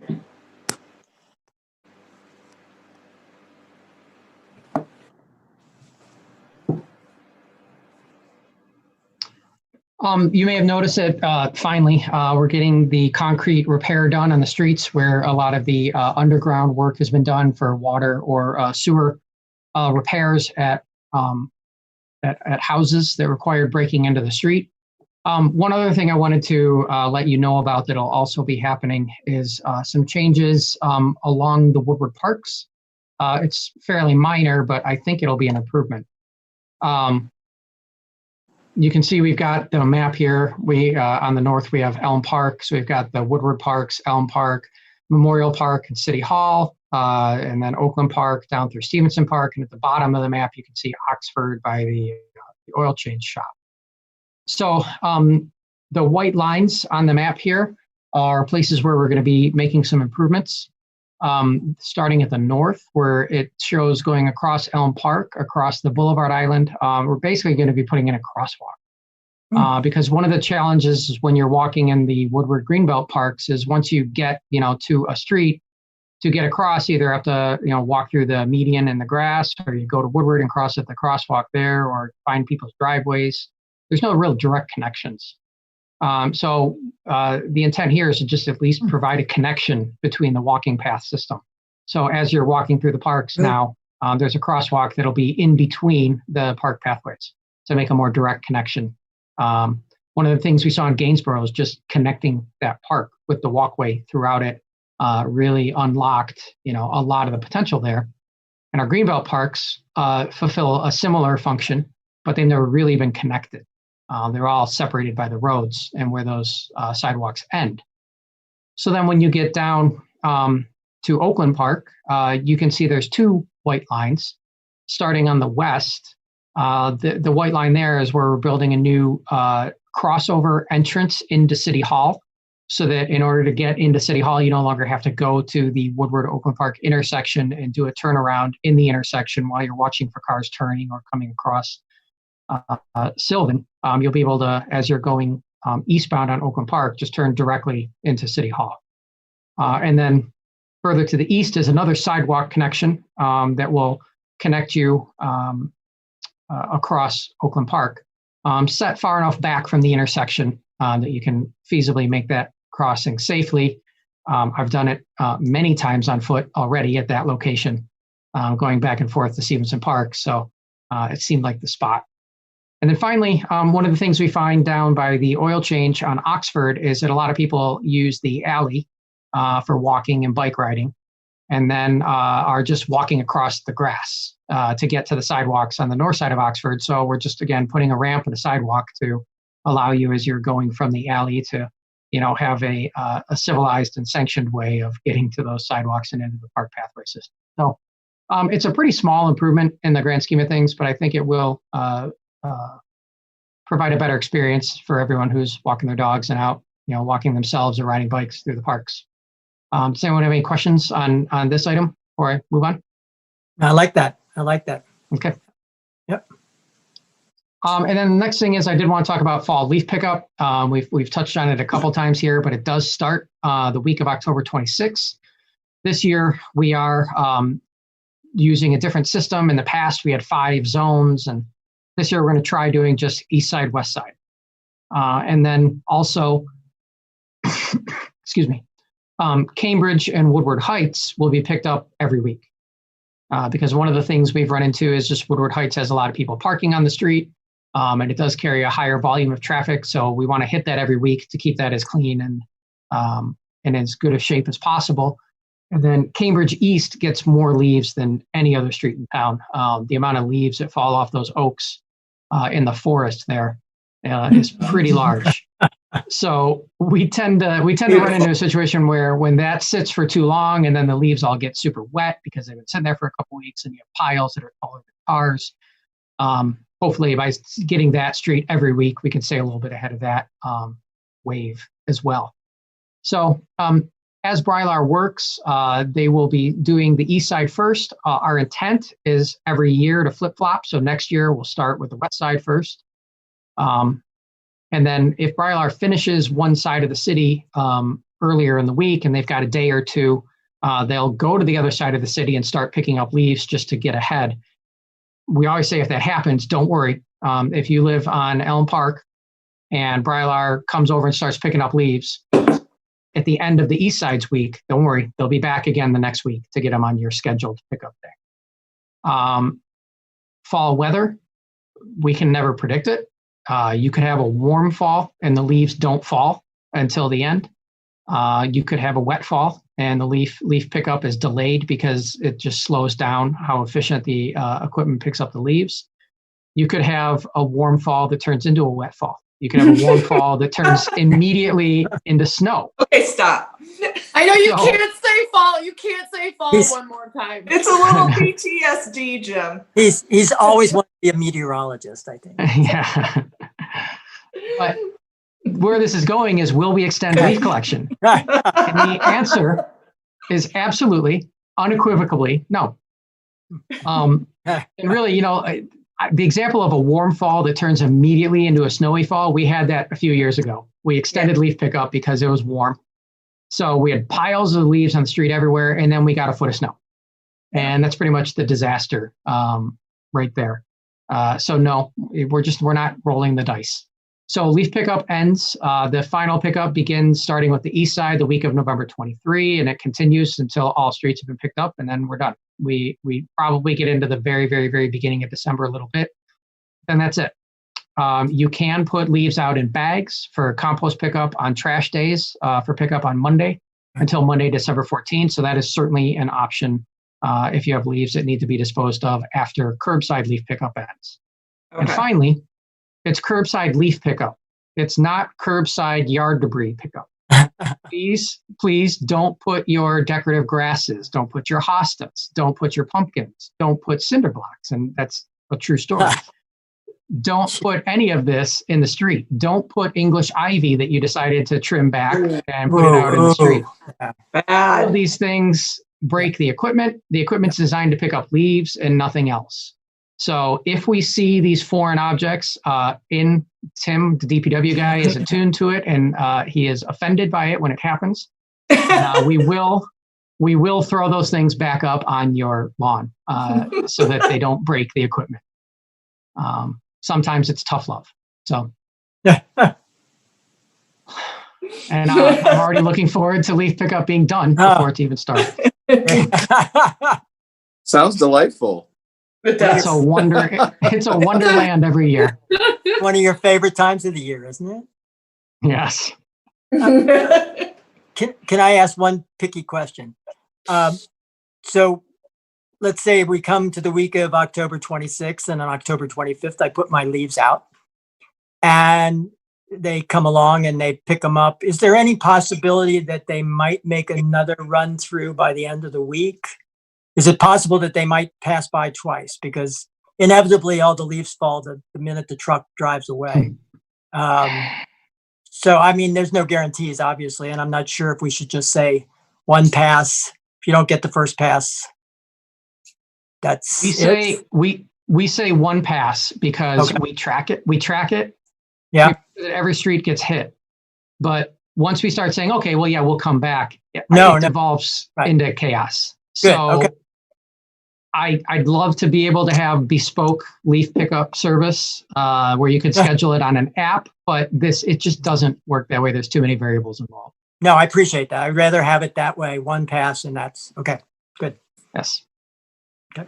The other thing is please don't park your cars on the street when it's your week until your street's been picked up. That alone makes a huge difference in how efficient we can be with the leaf pickup. And we do intend to put signs out that say leaf pickup, this week.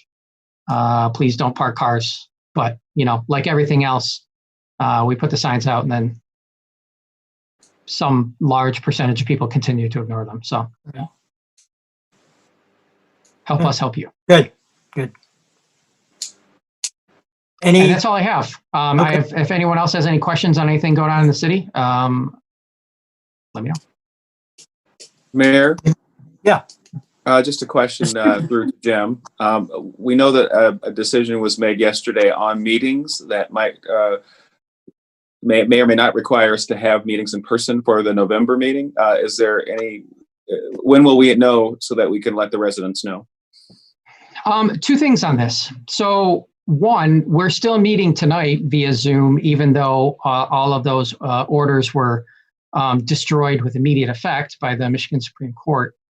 But Greg Need, our city attorney, is of the opinion that we don't need any special provision to do virtual teleconference meetings. I know there's two lawyerly schools of thought on this. And Greg is from the more, I don't know what you want to describe it as, but permissive school. And We're with you, Greg. Yeah. So we plan to continue meeting via teleconference. I am pretty sure that the legislature is going to do something to make it very clear that we can continue to do this. And Greg, I don't know if you want to add anything to that. No, Jim, I think you summarized it well. There are, numerous legal opinions out there as to whether you can or can't, but there is nothing in the Open Meetings Act that says you can't. And there is some case law going back a few years that in similar circumstances where all remote meetings were upheld. So my view is unless the legislature says something different, we can continue to meet remotely. There are bills working their way through the House and Senate. I believe the Senate passed something fairly with a huge margin last week. The House introduced a substitute today that's pretty similar. The Municipal League and the Townships Association all are kind of lobbying to get something done. They realize that the uncertainty isn't good for anyone. So I would expect probably before a November meeting, we would have some legislation that would work its way through. Got it. Thank you. Okay, and Mr. Mayor, before Yes. I turn it back to you, I do see that Kevin has raised his hand. So Chief Nowak, is there something you wanted to talk about?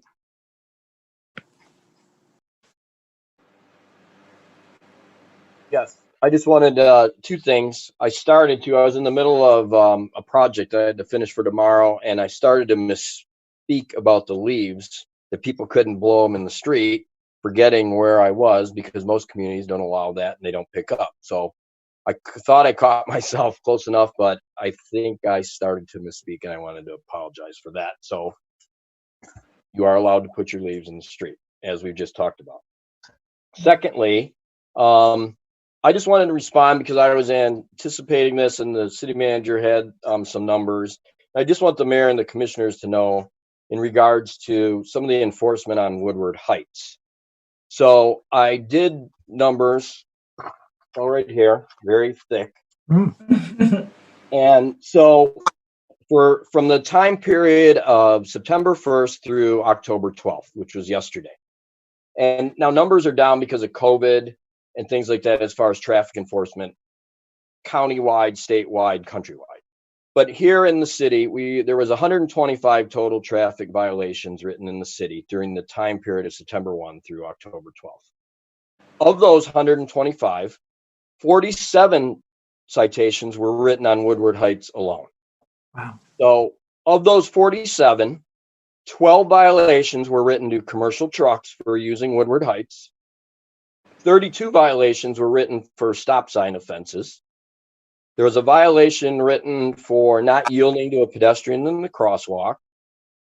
One violation was for careless driving, and it was a drunk driving offense, which relates to the rollover accident that Mr. Smith was talking about. And there was one violation issued during that time for somebody parking across the sidewalk, blocking the sidewalk, which we get numerous complaints about. So all in all, of all the traffic violations written in the city, and there are many other streets that get enforced, and there are many other complaints about speed and stop sign and other issues, 38% of all the tickets written in the city were written on Woodward Heights. Now, I don't know how other residents feel or whatever about, I think they would like that kind of enforcement on their street as well, because their complaints are the same. I get Woodward Heights is traveled more and there's a lot more truck traffic there, but there are trucks that drive everywhere.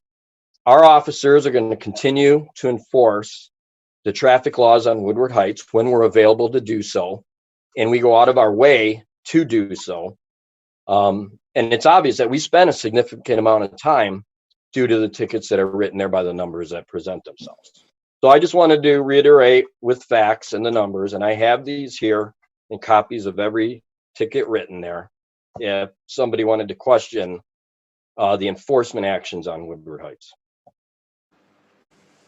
Thank you, Chief. That's very interesting. It's good to know.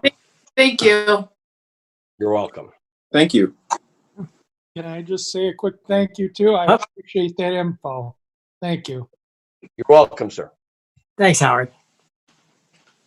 Okay, any other questions or comments for Jim or the chief?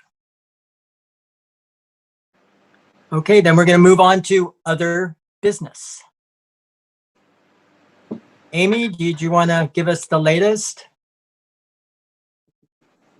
on voting? Yep, we talked a little bit at the beginning of the meeting Right. about, the number of absentee ballots out, et cetera. The last day to register to vote by any other means than in the city clerk's office is October 19th. After October 19th, you'll need to come into the clerk's office here at City Hall and register to vote, and you can do so up until Election Day. Absentee balloting is still going strong. You can come on into City Hall and fill out the application. You can fill out the application online. We'll get the ballot issued to you. It just needs to be returned by 8 p.m. on Election Day. And the polls will be open at the community center for those that wish to vote in person on Election Day, 7 a.m. to 8 p.m. And you can start opening the absentee ballots, at 7 on election, not till 7 a.m. on Election Day. That's when you'll start to open. Yeah. Okay. And count those. Shoot, I had a question I forgot. With the when folks come in to register to vote into your office after the 19th, what do they need to bring with them? They need to bring their driver's license with them, and then proof of residency. So a utility bill, a bank statement, a pay stub, something else that shows they live there with their driver's license. Okay. Okay. That's great. Thank you. Uh-huh. And Mayor, just a question to Amy. Yes. Mm-hmm. I'd heard, or maybe I saw a commercial that residents are able to hand their ballot to any city clerk in Michigan after 4 p.m. Is that accurate, or am I misinterpreting? That's not accurate. It needs to be in the community that you live in. Yeah, but in the community they live in after 4 p.m. Of course, here it's probably any time, but Anytime. Yep. yeah. Okay. Thank you. All right. Thanks, Amy. Any other questions for Amy or any other business? And then, one quick thing is your absentee ballots are returned to City Hall and to the drop boxes there, or to you, or to or they can be mailed in, but they don't go up to Four Ridge. Right. They're turned in here at City Hall or mailed in. Dropbox, they can bring it in person or mail it. Okay. Thank you. And the Dropbox is located off the parking lot right next to the back door. Thank you. Mm-hmm. Mayor, I had a quick one for Jim, if I could. Yeah. Yes, sure. Jim, I was curious. I know we started swapping out street signs for more visible ones on certain streets a year or two ago. I was wondering, are we completely done with that, or are we doing anything else to change some of the other signs? Where are we at in that process? So where we're at right now is we did all of the ones that intersect Woodward because those signs were trashed. The Woodward, those were the first ones that were done. So they'd been there the longest. And then the Woodward environment is just extremely harsh. So those were painted signs. All the paint was chipping off. They were rusting. They were in terrible shape. There's a few other ones in town that have been changed because they were hit by vehicles and destroyed. So we changed those as well. If you actually look at all the rest of the older decorative ones, they're still in pretty good shape. So we weren't changing those out. It's, the new signs are fairly cheap. They're $125 a piece or so for the new reflective visible ones. So it's not really an issue of cost. It's just a matter of the old decorative ones have a lot of life left in them where they are. If we were interested in changing all of the signs, we could certainly do that. But just, from a standpoint of the fact that the older ones were more, I guess, decorative and more substantial than the ones we're switching to, and that they had a lot of life left in them, we figured we'd, let those go until their lifespan was up. So certainly a discussion I'm happy to have. The new ones are quite a bit nicer at nighttime, certainly a lot more legible. And I think they still look pretty good, the new ones. 100% open to getting your thoughts and input on that. Thank you. I'll think about it. I appreciate the context there. Well, the new ones are so much easier to read, and I think they're really attractive. I mean, you did a beautiful job of finding a a good replacement that still keeps the really nice charm and character. I had one request, which was to add the words like boulevard or road or avenue or whatever, or the abbreviation for it, if we can, to some of those, but that's a side thing. But I think the huge benefit of them is they are so much easier to read. And the so much easier to read, there's compromises. If you start to add road, boulevard, avenue, it increases the amount of letters you have on there. So then the font gets smaller. So then the legibility actually is less. So, that's a balancing act. Yeah, it's less. It's still far better than what was, but right. I totally understand that. I appreciate that. Thank you. Thanks, Jim. Yep. Are there any other issues that people have to bring forward? Okay. Mayor? Yes. Yes, sir. Greg. Some breaking news. The House did approve the Open Meetings Act bill about a half an hour ago. The Senate approved the House bill by the 36-1 vote, and it's heading to the governor. So we'll have something probably, well before the November meeting. Okay. That's fast. Good. Yeah, boy. Sometimes they can really move, can't they? Is there anything else? Mayor, just one last thing to City Hall. Thanks very much for lighting up the City Hall building in rainbow colors for the weekend to celebrate National Coming Out Day. It was a very nice gesture. Beautifully done. It was nice. Yep. And we're going to get that flag taken care of soon too. That's right. Okay. Well, I am going to ask for a motion to adjourn. Is there one? Mayor, I move we adjourn. All in favor? Aye. Yes. We stand adjourned. Thank you. Thanks, everyone. Thank you. Thank you. Thank you.